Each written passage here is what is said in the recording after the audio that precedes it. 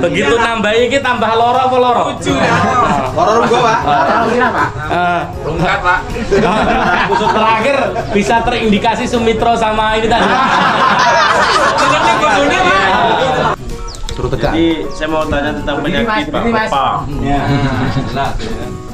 Usia sawit saya itu sekitar 8 bulan ada tuh. Jadi kalau melihat kondisi batang pokoknya bagus Pak, besar, pelepahnya hijau, daunnya hijau. Tapi itu lemas Pak.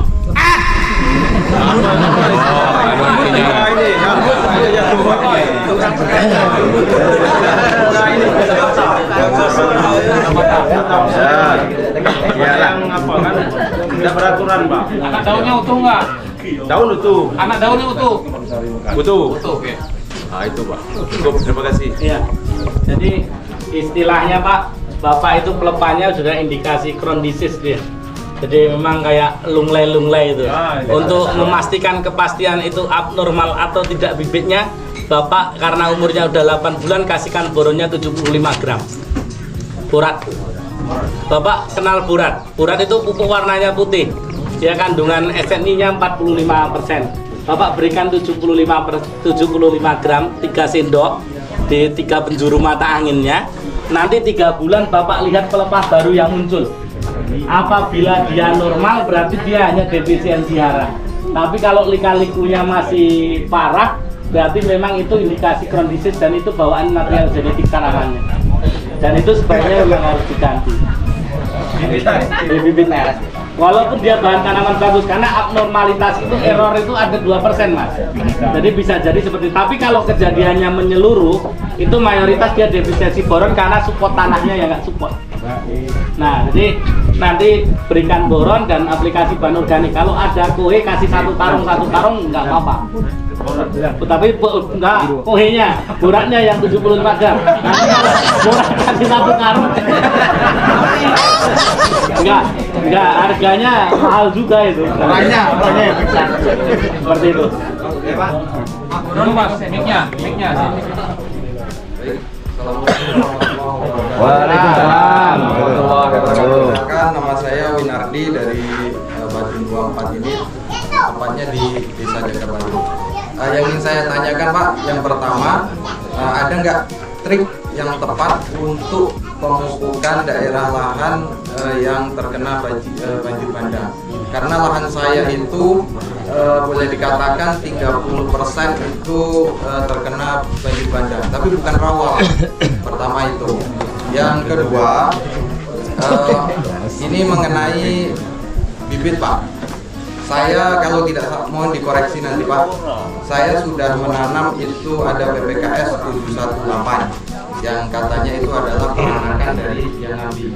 Nah, yang saya tanyakan apa bedanya spesifikasi antara PPKS 718 dengan 540? Itu saja Pak. Terima kasih. Wassalamualaikum warahmatullahi wabarakatuh. Waalaikumsalam. Apa Mas pertanyaannya sampean? Trik areal rawa yang sering banjir bandang. Pertama yang harus dipahami adalah ini periode Januari sampai dengan Desember. Nah, mulai semester 2 itu mulai berapa Mas hujannya? Misalkan ini Juni ya Mas, ini Juli. Nggak taunya di sini adalah apa areal tergenang. Nah, maka sampean semester 2 nggak bisa mupuk sama sekali. Nggak usah dipaksakan. Jadi mupuknya sampean hanya memanfaatkan antara Januari sampai dengan Juli. Nah, misalkan sampean pupuk di sini di Januari, kalau pakai majemuk tadi 2 kg, ini wajib benam Mas. Benamnya ini mayoritas harus 4 lubang. Karena kalau jenengan jenengan benam, begitu gelontor air hilang Mas. Nah, ini kan dibagi 2, berarti Januari, berarti Maret harus mupuk lagi. Nah, ini 2 kg lagi. Nah, baru yang terakhir yang karena tadi 6,5, ini 2,5 kg dipupuk di Juni Juli. Ini juga dibenam. Nah, ini nggak mupuk sampai 5 bulan off. Karena kalau jenengan pupuk cuma ngalu orang buang duit baik. Karena itu salah prediksi itu Pak. Saya pupuk kan karena ada hujan. Tidak tahunya 3 hari lagi itu hujan sampai 2 hari 3 hari sampai banjir. Jadi ya saya kira pemukaan saya itu sia-sia kan gitu.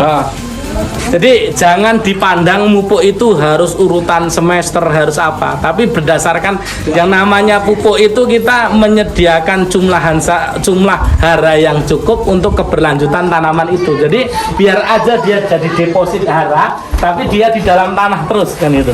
Karena dia kalau sudah berikatan dengan tanah dia kan nggak hilang. Kan yang kedua pertanyaannya antara 7, tapi ini udah di copy ya Mas ya. Nanti pupuknya seperti ini. Jadi manfaatkan 6 bulan yang nggak ada itu tapi dibenam. Jadi nanti deposit haranya itu ada di periode ini, Mas nggak usah khawatir di sini. Karena kan pasti ini di lubang tanamnya kan lubang tanam yang berbeda-beda kan seperti itu. Kalau kedalamannya sekitar antara 12 sampai 15 cm. Satu cangkul lah. Makruk gitu aja terus diisin tutup seperti itu. Nah, jadi depositnya ini yang kita pertahankan. Tapi Mas, satu hal, areal yang sering kena air itulah areal yang pengkayaan unsur haranya paling banyak.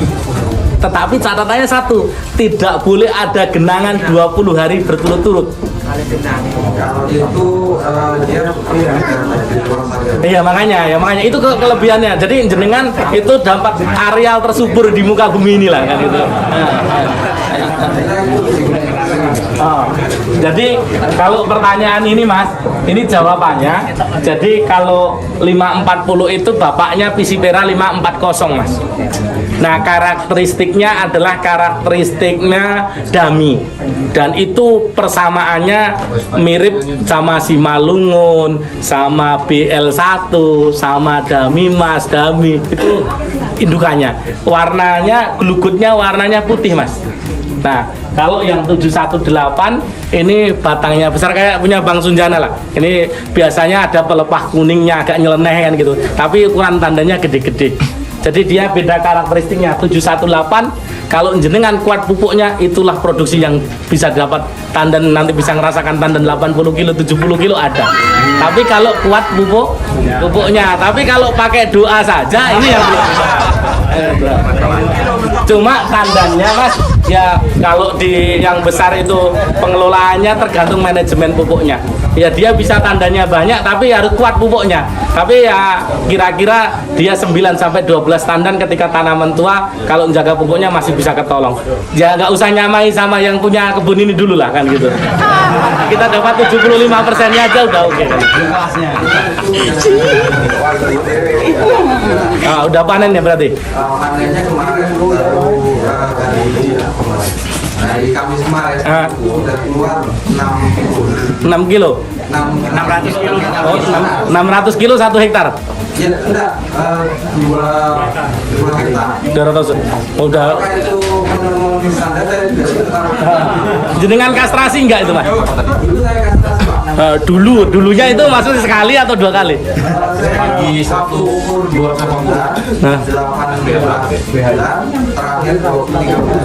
Oh, oke lah, udah bagus itu. Jadi ketika dia 2 hektar 600 dipanen perdana udah oke. Cuma masalahnya itu pasti masih ada yang selektif yang kecil-kecil. Pak, ini Pak, yang 140 batang itu 18, yang selebihnya saya kurang paham itu nggak sama umurnya Pak. Jadi produksinya nggak semuanya sama. Nggak apa-apa Mas. Nanti suatu saat yang nggak sama itu akan ngikuti yang sama ketika pupuknya disamakan kan gitu. Nah, jadi untuk panen perdana Mas itu 600 kilo udah bagus. Nanti yang penting rutinitas panen jenengan minimal 2 minggu. Jadi terus terjaga terus nanti insya Allah pasti akan dari 600 sampai 1,5 ton sampai 2 ton nanti pasti akan ngikutin.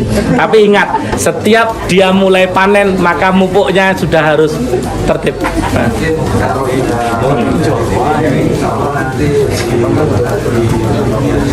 Iya, sami-sami. Jadi kapan Pak mupuk paling efektif ketika kita? Jadi ketika Bapak panen paling efektif Pak, 20% dari hasil pendapatan Bapak itu Bapak belikan pupuk Pak. Jadi 20% untuk pupuk, 10% untuk panen, 10% untuk sedekah kan gitu. 40% untuk istri, 40% untuk Bapak wis lho kae. Nah, oke, gitu ya.